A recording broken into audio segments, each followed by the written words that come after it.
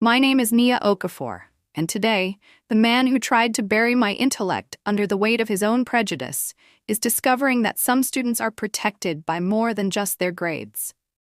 I came to Manchester from the vibrant, chaotic energy of Lagos with nothing but a suitcase full of books and a mind that moved faster than most people could follow.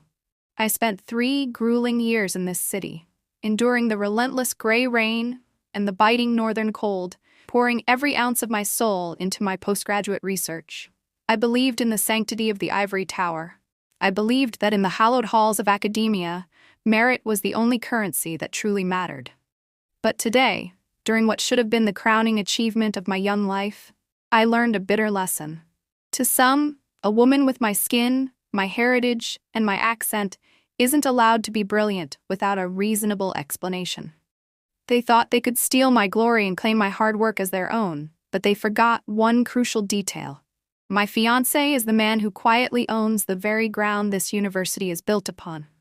The graduation hall was a cathedral of tradition.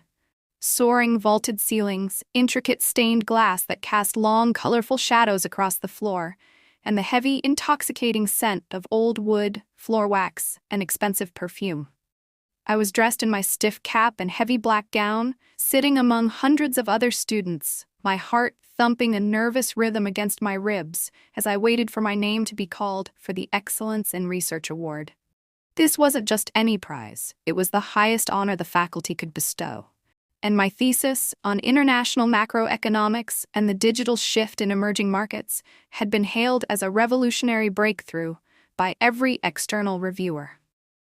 I had spent countless nights in the library, the only person left under the flickering fluorescent lights, fueled by nothing but cold coffee and the burning desire to prove that I belonged here. But as the dean stood at the polished mahogany podium, his face illuminated by the spotlight, he didn't call my name. A strange, heavy silence fell over the stage as he cleared his throat, looking visibly uncomfortable.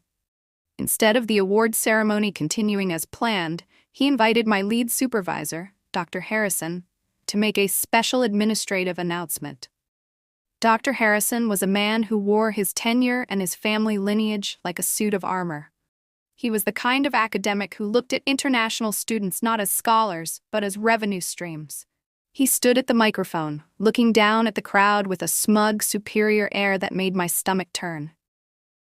Before we proceed with the final awards of the evening, he began, his voice echoing through the silent, expectant hall like a funeral bell. The committee has made a difficult last-minute decision to withhold the Excellence in Research Award for this academic year. Upon a final, closer inspection by the senior faculty, it has been suggested that Miss Nia Okafor's work was perhaps too advanced, too sophisticated to be entirely her own. There are significant concerns regarding the authenticity of the voice and the datasets presented in the thesis. We cannot, in good conscience, reward work that lacks a clear, verifiable origin. It is a matter of institutional integrity. The room erupted into a low, buzzing murmur of shocked whispers. I felt the blood drain from my face so quickly, the world seemed to tilt on its axis. It was a public execution of my reputation, a deliberate attempt to brand me a fraud in front of my peers, my professors, and the visiting dignitaries. The implication was as clear as it was disgusting. They didn't believe a Nigerian girl could write a masterpiece of economic theory without help or outright theft. I stood frozen in my seat, my fingers digging into the velvet of my gown, the tears stinging the corners of my eyes. I refused to let them fall. I wouldn't give them the satisfaction of seeing me break. I felt the weight of 1,000 judgmental stares, the pity of some and the quiet "I knew it" of others. I was a stranger in a cold, prestigious land, and suddenly, my 3 years of sacrifice, the missed funerals back home, and the 20-hour workdays felt like a cruel joke played at my expense. Dr. Harrison looked directly at me from the stage, a cruel, triumphant glint in his eyes. He had always hated that I was more informed than him during seminars. Now, he was using his power to erase me entirely. Have you ever worked harder than everyone else? Sacrificed your sleep and your health for a dream, only to have someone try to steal your credit because they were too small-minded to believe in your capability? Tell me in the comments, how did you find your voice when the world tried to silence your light? What Dr. Harrison didn't realize was that seated in the very front row of the VIP donor section was Daniel Wright. To the university board and the public eye, Daniel is a multi-billionaire philanthropist, a man whose Wright Foundation is the sole reason the university could afford its 3 most prestigious academic programs and 2 brand-new state-of-the-art research wings. He is a benefactor who is treated with the kind of reverence usually reserved for royalty. But to the rest of the country, and to the people who move in the shadows of the North, he is a ghost, a British Mafia boss who controls the pulse of the city's commerce, the loyalty of its dock workers, and the silence of its most powerful men. Daniel is a man of absolute order, a man who believes that a person's word is their bond, and he is terrifyingly protective of what belongs to him. And today, he was watching the woman he loved, the woman he had seen study until she collapsed from exhaustion, be publicly dismantled by a man who wasn't fit to sharpen her pencils. Don't forget to subscribe to this channel for more revenge and love stories. Turn on the bell notification to stay updated. Daniel didn't shout. He didn't jump up and make a scene.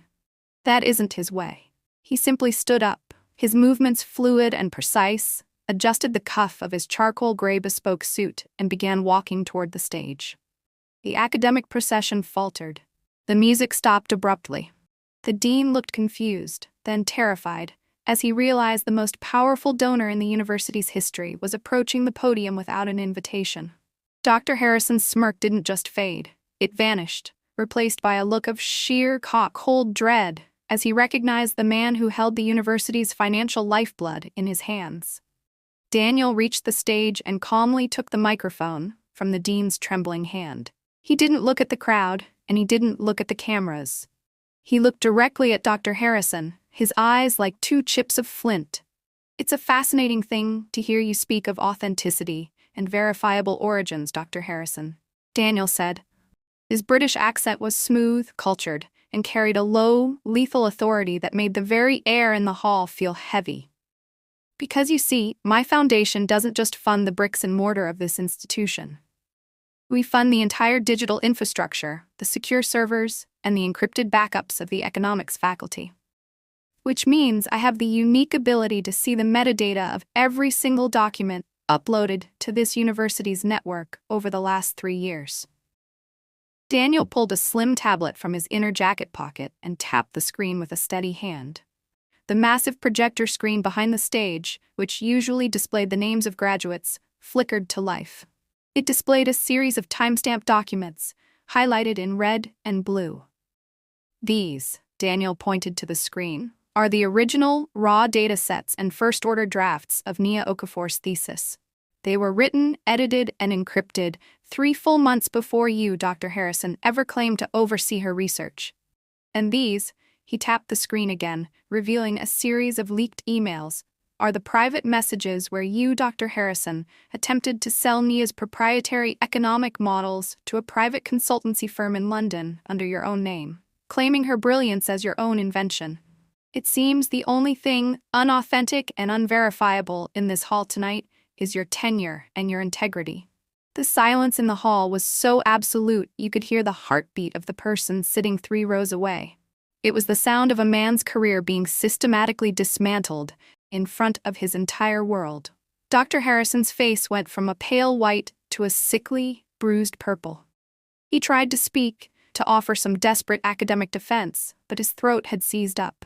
He looked like a man standing on a trapdoor that had just been triggered. "Nia Okafor is a genius whose mind is worth more than the entire faculty combined," Daniel continued, his voice echoing with the absolute power of a man who never has to ask for permission.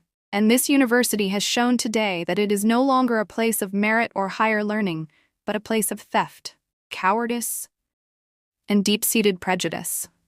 Effective immediately, the Wright Foundation is withdrawing every penny of current and future funding. Every scholarship we sponsor is canceled, every research grant is revoked, and the new wing that bears my family name, I'll have the legal team begin the process of reclaiming that asset by Monday morning. This institution is now a debt you cannot pay.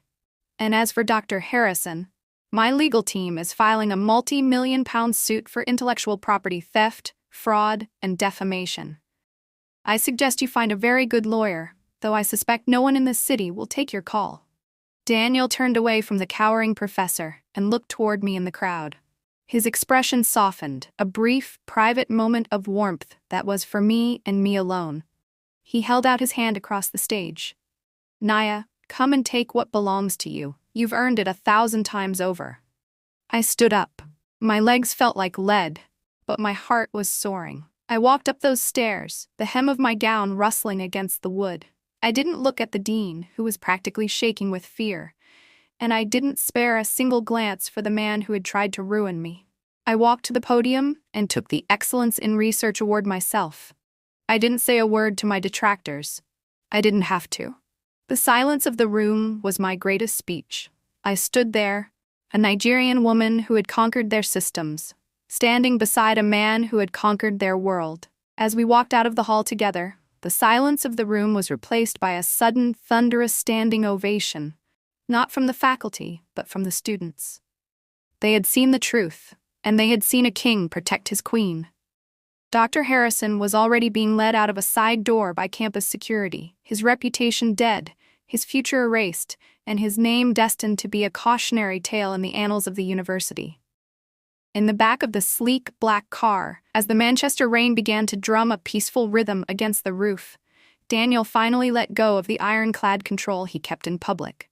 He took my hand, his thumb gently tracing the line of my knuckles, his eyes filled with a fierce, quiet pride that was worth more to me than any gold-plated award.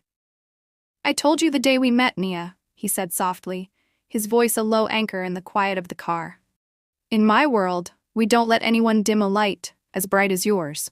You are the smartest woman I have ever known, and I will spend the rest of my life making sure the world stands aside to let you pass.